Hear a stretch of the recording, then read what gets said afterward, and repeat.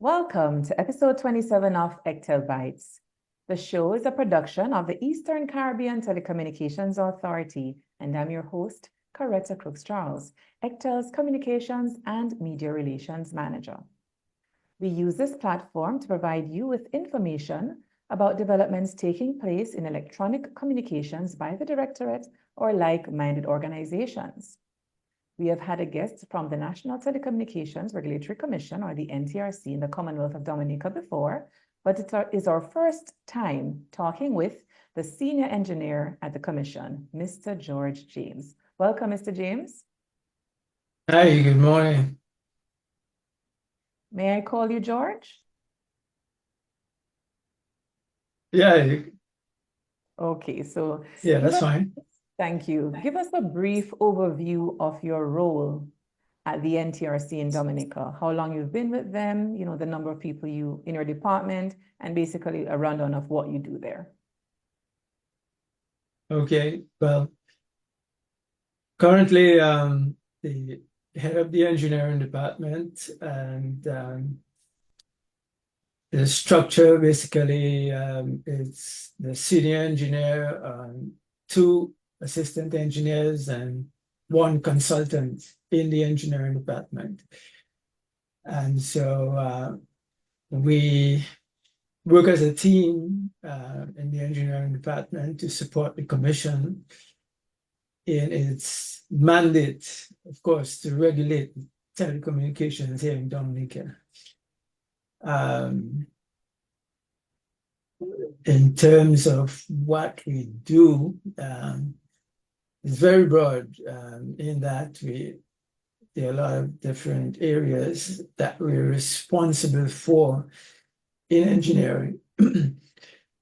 One of the main things is the licensing of telecommunication services, monitoring and the ensuring of compliance to standards, management of the spectrum, type approval, numbering, managing the local area network of the NTRC, and of course responding to the public's queries, you can say, concerning applications, complaints, and so forth. Okay, thanks for that rundown, George. Would you like to tell us briefly what inspired you to pursue a career in electronic communications and engineering? Okay, yes.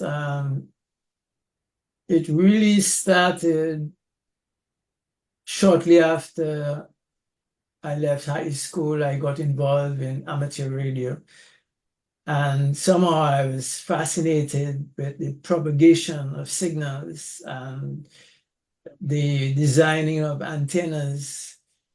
And so I got an opportunity to pursue studies in electronics engineering technology at the DeVry Institute of Technology. And shortly thereafter, I went on to pursue a program in the area of communication systems management at Ohio University. And when I concluded that program, I first, you can say, started off my engineering career in the area of broadcasting, where I worked with the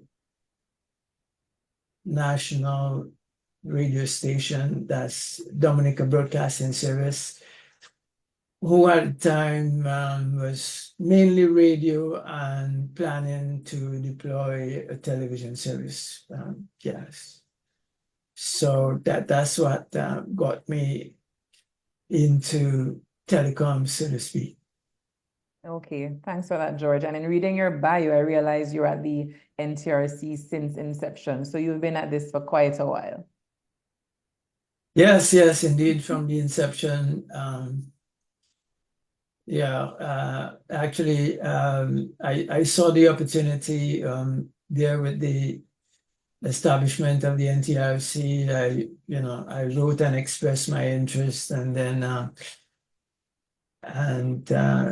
it was Mr. Sylvester Cadet at the time.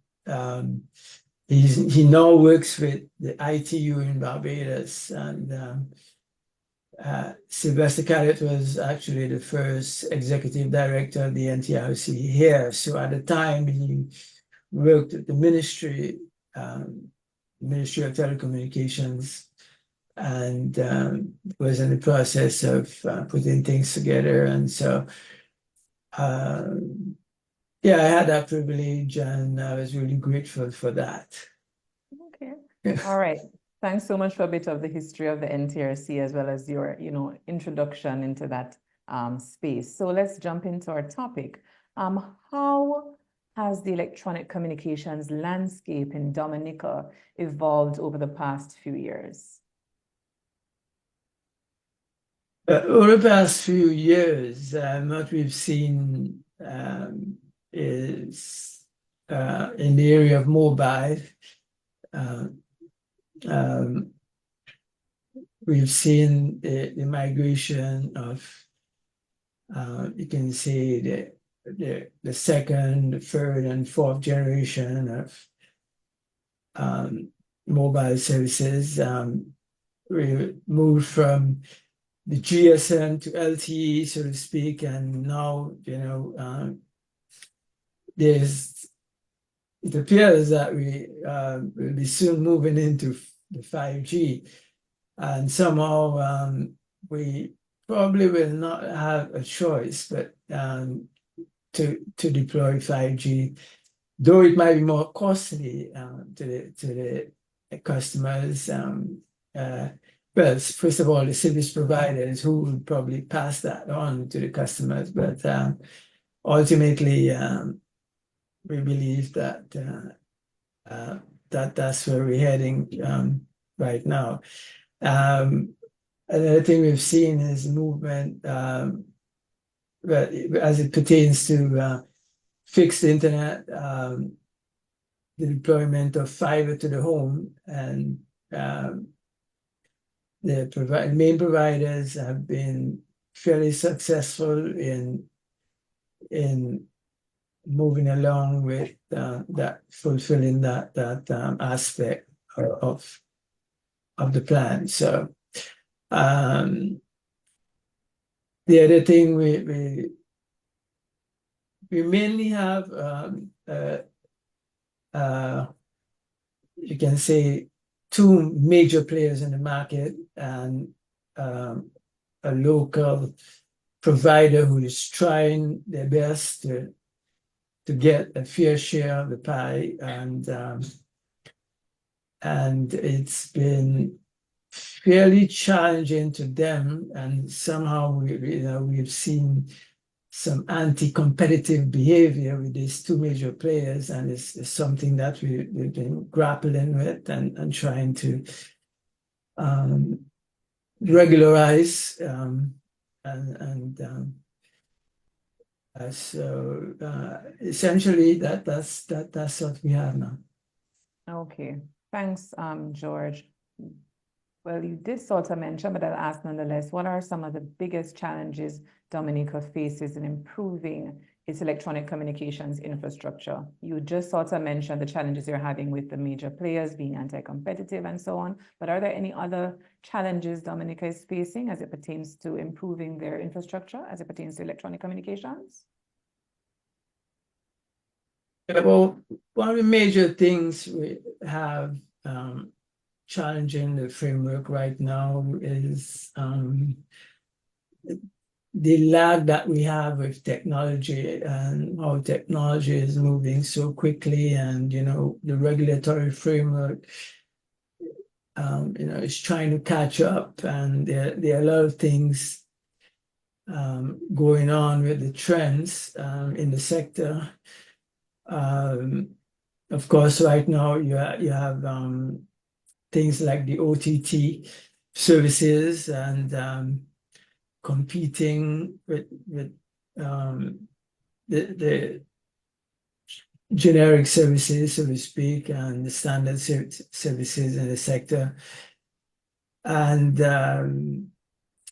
right now, we have the whole issue of cybersecurity tied in with the digital transformation project that we have going on in the Caribbean right now. And somehow all these, or you can say these areas have to be synchronized, and there's a great need for effective collaboration in making the appropriate adjustments to the regulatory framework.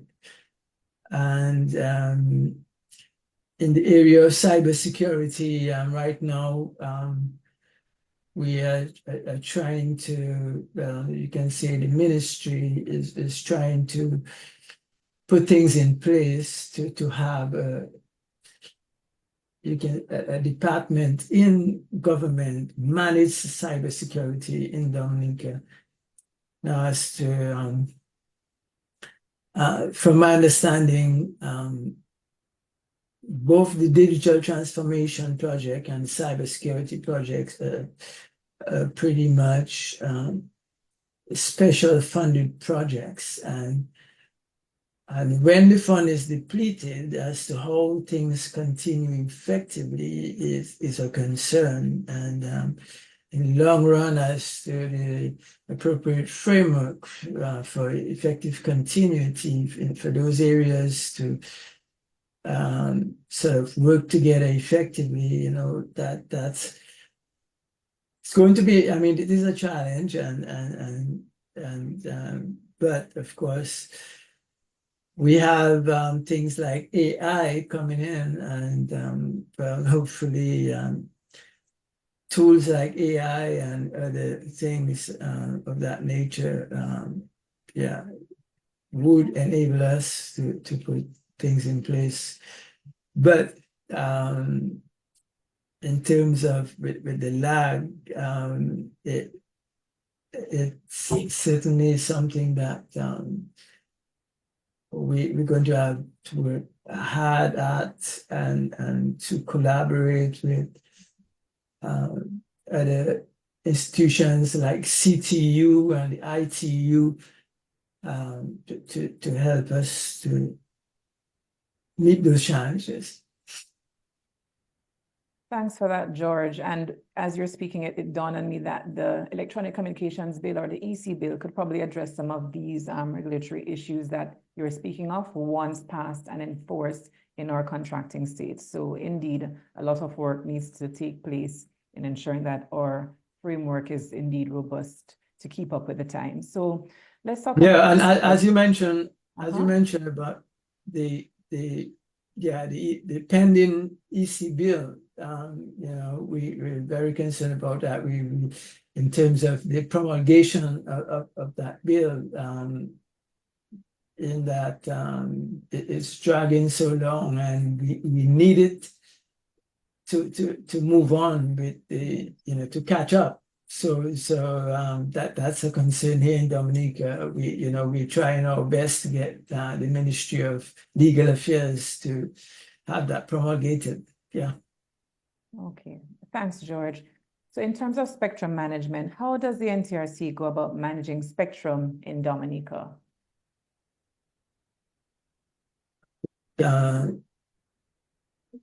Well, in the area of licensing, we issue what's called frequency authorizations, and that would allow the licensees to either use a particular frequency or a particular band. There are some bands that are shared, and there are some bands that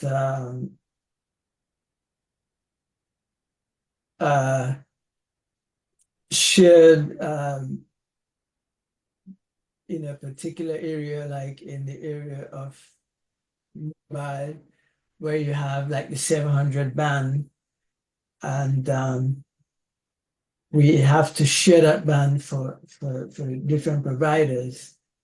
And so we have to, along with what's referred to as our sub-regional ECTEL regional plan, manage different areas of the spectrum in pursuant to the ITU's spectrum plan and radio regulations. So the ECTEL spectrum plan is key. Of course, everything that we do is under the ambit of the law, and we have what's called a spectrum management regulation, and that specifies the procedure for spectrum and how we deal with interference and other such issues. With the spectrum regulation and the ECTEL sub-regional plan, we manage the spectrum. Of course, there is something called coordination as well with our neighbors, where if they're deploying a service or something like that, we have to have some degree of communication, and then sometimes we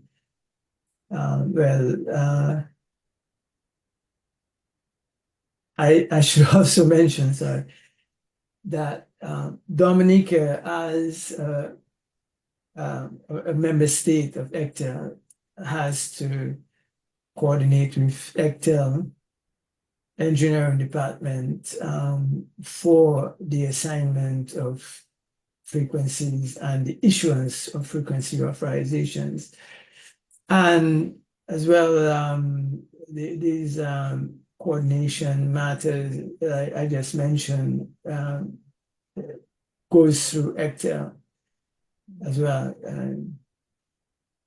Another area of managing the spectrum is monitoring, and so we currently have 2 fixed monitoring stations, and we also have some mobile equipment, and that help us to monitor the spectrum. Okay, thanks for that, George. Let's shift the conversation a bit to broadband and connectivity. What steps are being taken to improve broadband access across Dominica, especially in your rural areas?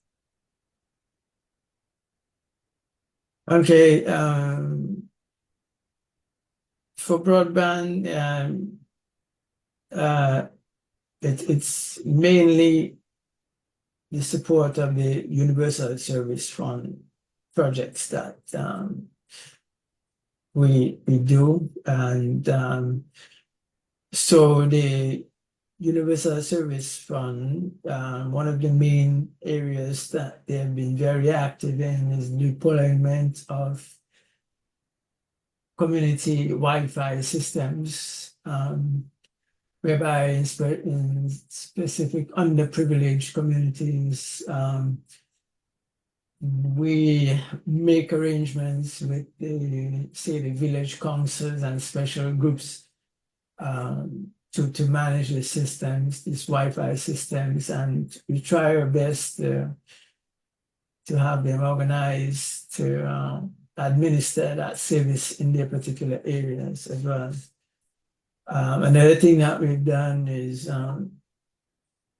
something called Net for All, which is a service that in collaboration with the providers, where it's a subsidized program whereby specific persons, again, who are not able to afford the internet at the regular prices. They are provided with, I believe, 100 megabits per second service, and for somebody to qualify for that, they would have to have at least one student in school. So anybody can just apply for that like that. There's certain conditions to provide that service. Okay. These are sort of like the two main areas. Yeah. Okay, thanks for that. How does the NTRC monitor broadband quality, and what benchmarks are set to ensure good service for consumers? Currently, we don't have a particular benchmark in place yet. Right now, we're seeking to do that, collaborating with ECTEL.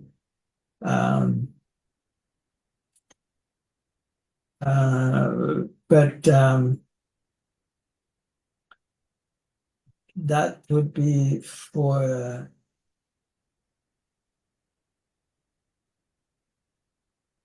like say, but as it pertains like for the Wi-Fi services, right? But the internet service, we, as far as quality service is concerned, we go by the quality of service regulations that we have as it pertains to fixed internet. Okay, thanks, George. So I'm just wondering, how does broadband hold up in Dominica during the rainy season or after a hurricane? Well, there are two things in that question. Yes. During the rainy season, well, with the system that we have now, the rain doesn't affect the service. Really, that would probably happen in the older services that we had, but when you had things like the copper lines and so forth, and some of the microwave links and that sort of things, but these two are pretty much out of the picture right now, and so we have a more robust infrastructure that whereby the rain would not affect broadband today. Okay. After the hurricane, well, as you know, it depends on the severity of the hurricane, the impact, and so on. Of course, one of the, but it's pretty much contingent on the severity of the impact. Okay. All right. Thanks for that. Are there any upcoming initiatives or projects by the NTRC in Dominica that the public should be aware of? You already made mention of the Net for All initiative, but are there any others you'd like to share with those viewing? Yeah, well, as we speak, there's this project, USF project, that's we're going to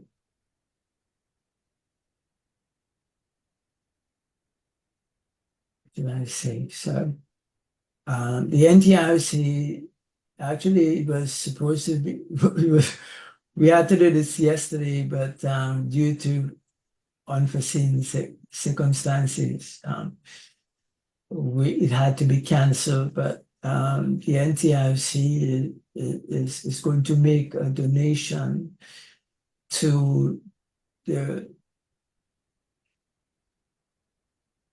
largest high school I think we have in the north, which is the Northeastern Comprehensive Secondary School. We're going to provide 50 computers, 2 projectors, 2 printers, to that school. And that's one of the things that USF does as well. Apart from providing the Wi-Fi systems, we provide equipment to the schools so that they can have access to the internet. And not just the mere access, but also have supporting tools to use the internet service effectively. Okay, that's remarkable. Thanks, George. So in any closing remarks, and maybe you could also share with us NTRC's website and social media handles, because yes, I've seen quite a few posts from the NTRC.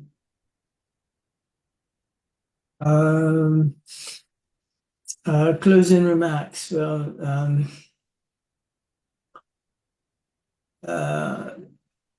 in terms of say fulfillment, you know, of here at the NTRC, well, one of the things that I'm pleased about is the deployment of the fixed monitoring stations for engineering. That's a big plus in that, you know, we can look at the spectrum, you know, from our office here, and we don't have to say, you know, travel and waste time, so to speak, or we can use our time more effectively. You know, so that's a fairly big accomplishment.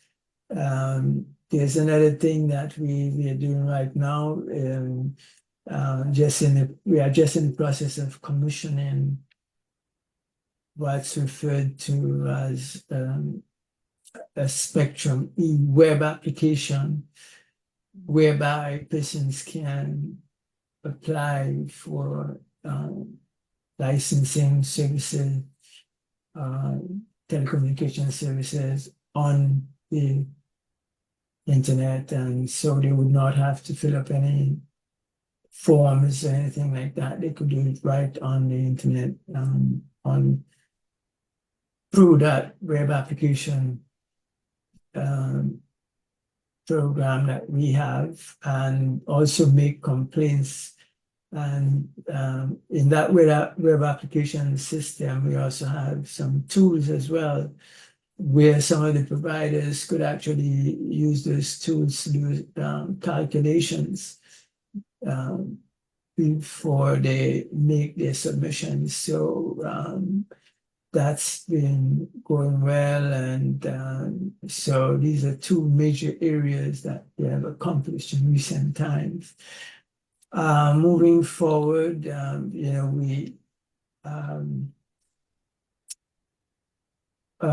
there's something called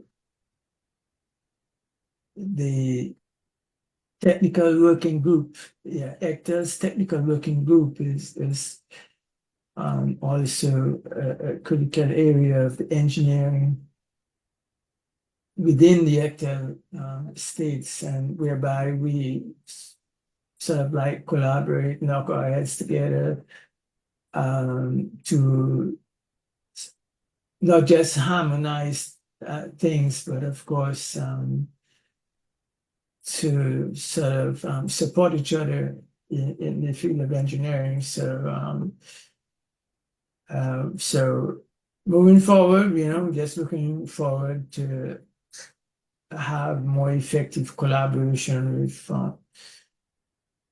the other ECTEL member states, and also the CTU, because we sort of like fall under regional grouping called the ECTEL group, which is the Latin American group for telecommunications. And so there are a lot of things going on, and as I mentioned,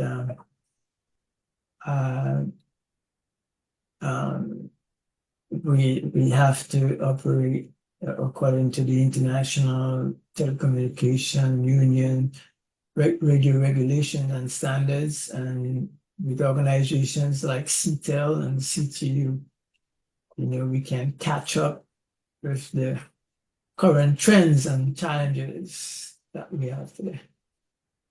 Okay. And the handles on the website information, do you have that for us? Oh, yeah, NTRC.dm, www.ntrc.dm. Excellent. Yeah.